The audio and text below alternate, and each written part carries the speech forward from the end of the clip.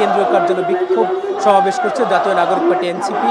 এই মুহূর্তে আমরা বাংলা মোটরে আছি, অর্থাৎ আজকে পূর্ব ঘোষিত যে বিক্ষোভ মিছিল ছিল সেই বিক্ষোভ মিছিলটা এখন বিক্ষোভ সমাবেশ করছেন জাতীয় নাগরিক পার্টি এনসিপি নেতৃবৃন্দ। আমরা সেটা দেখানোর চেষ্টা করছি, অর্থাৎ বাংলা মোটরে জাতীয় নাগরিক পার্টি এনসিপির যে কেন্দ্রীয় কার্যালয় আছে এই জায়গাটিতে, অর্থাৎ নিচের সড়কের পাশে অবস্থান কর্মসূচি পালন করছেন জাতীয় নাগরিক পার্টি এনসিপির নেতৃবৃন্দ।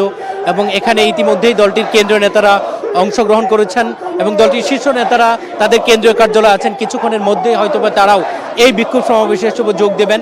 পূর্ব ঘোষিত সময় অনুযায়ী বিকেল 4টায় তাদের বিক্ষোভ সমাবেশ হওয়ার কথা থাকলেও 1 ঘন্টা দেরিতে, অর্থাৎ সেটি পরবর্তীতে বিক্ষোভ সমাবেশ, অর্থাৎ এখানে তারা অবস্থান কর্মসূচি পালন করছেন।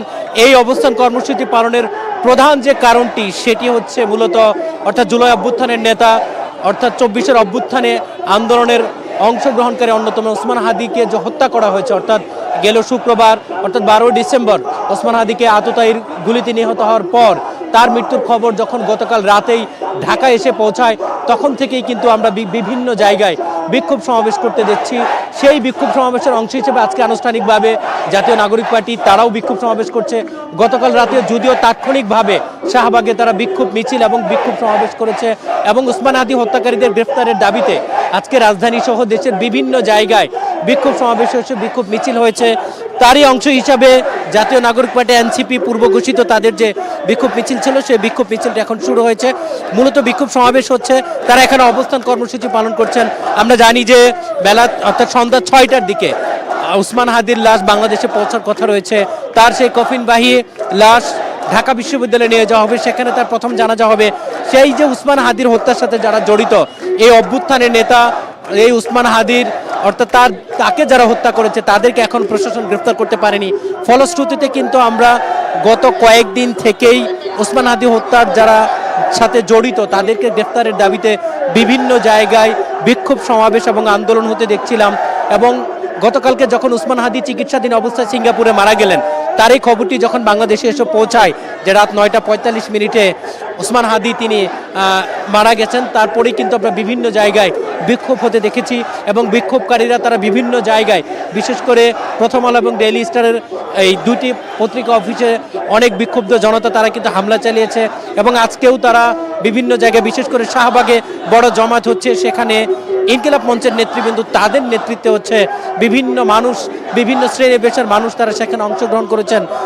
আজকে এনসিপির যে বিক্ষোভ সমাবেশ এখানে করছে এটি মূলত শাহবাগে হওয়ার কথা ছিল, পরবর্তীতে তারা তাদের সেই সিদ্ধান্ত পরিবর্তন করেই মূলত তারা তাদের যে কেন্দ্রীয় কার্যালয় সেই কেন্দ্রীয় কার্যালয়ের সামনে এখন অবস্থান করছেন। এখানে কিন্তু তারা বিভিন্ন স্লোগান দিচ্ছেন।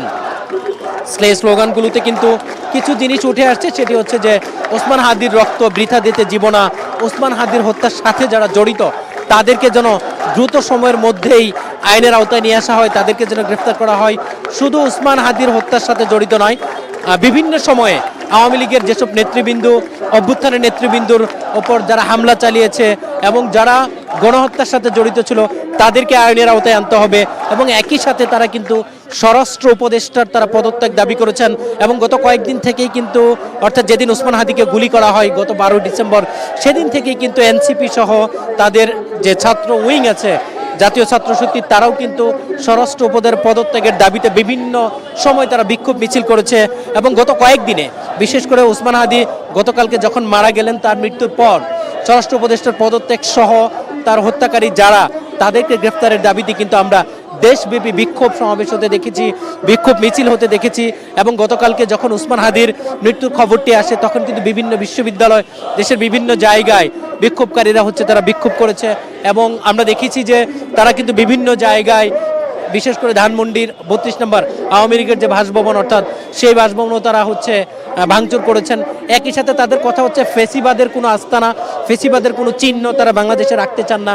এই জন্য তারা বিভিন্নভাবে অর্থাৎ সরকারের উপর চাপ প্রয়োগ করছে এবং সরকারকে বলছেন সরকার যদি এই দাবি, অর্থাৎ ওসমান হত্যার সাথে যারা জড়িত তাদেরকে এখনো গ্রেফতার করতে পারেনি, এই জন্য সরকারের প্রতি তারা তীব্র ক্ষোভ প্রকাশ করছেন। একই সাথে সরকারের প্রতি তারা আহ্বান জানিয়েছেন দ্রুত সময়ের মধ্যেই যেন ওসমান হাদির হত্যার সাথে যারা জড়িত তাদেরকে, যারা যেসব সন্ত্রাসীরা, তাদের ভাষায় তারা যেসব হত্যাকারী আততায়ী, যারা হচ্ছে ভারতে পালিয়ে গেছেন তাদেরকে যেন ভারতের সাথে 2013 সালে যে বন্দি বিনিময় অর্থাৎ বন্দি প্রত্যাবর্তন যে চুক্তি হয়েছে সেই চুক্তির আওতায় যেন সে অপরাধীদের সে সন্ত্রাসীদের গ্রেফতার করে আনা হয় এমন দাবিও তারা তুলছেন। এবং তারা বলছেন ভারত যেন বাংলাদেশের সাথে বন্ধুত্বপূর্ণ আচরণ করে ভারতের আধিপত্যবাদী যারা অর্থাৎ ভারতের পক্ষে যারা বাংলাদেশে এখনো যারা নানাভাবে কথা বলছেন ভারতের যে আধিপত্য সেটিকে যারা প্রতিষ্ঠা করার চেষ্টা করছেন তাদের